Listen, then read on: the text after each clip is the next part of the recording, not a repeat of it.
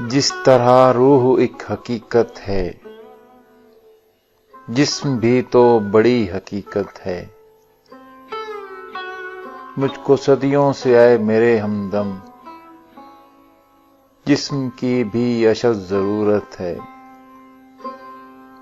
ये जरूरत मेरी मिटाओगे, क्या कभी मेरे पास आओगे?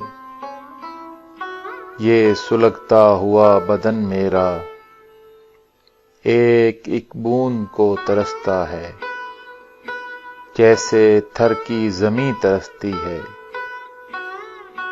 चंद बूंदें यहाँ भी अब्रे करम, मुझको डर है कि कहत साली में ये तेरी मोरनी न मर जाए।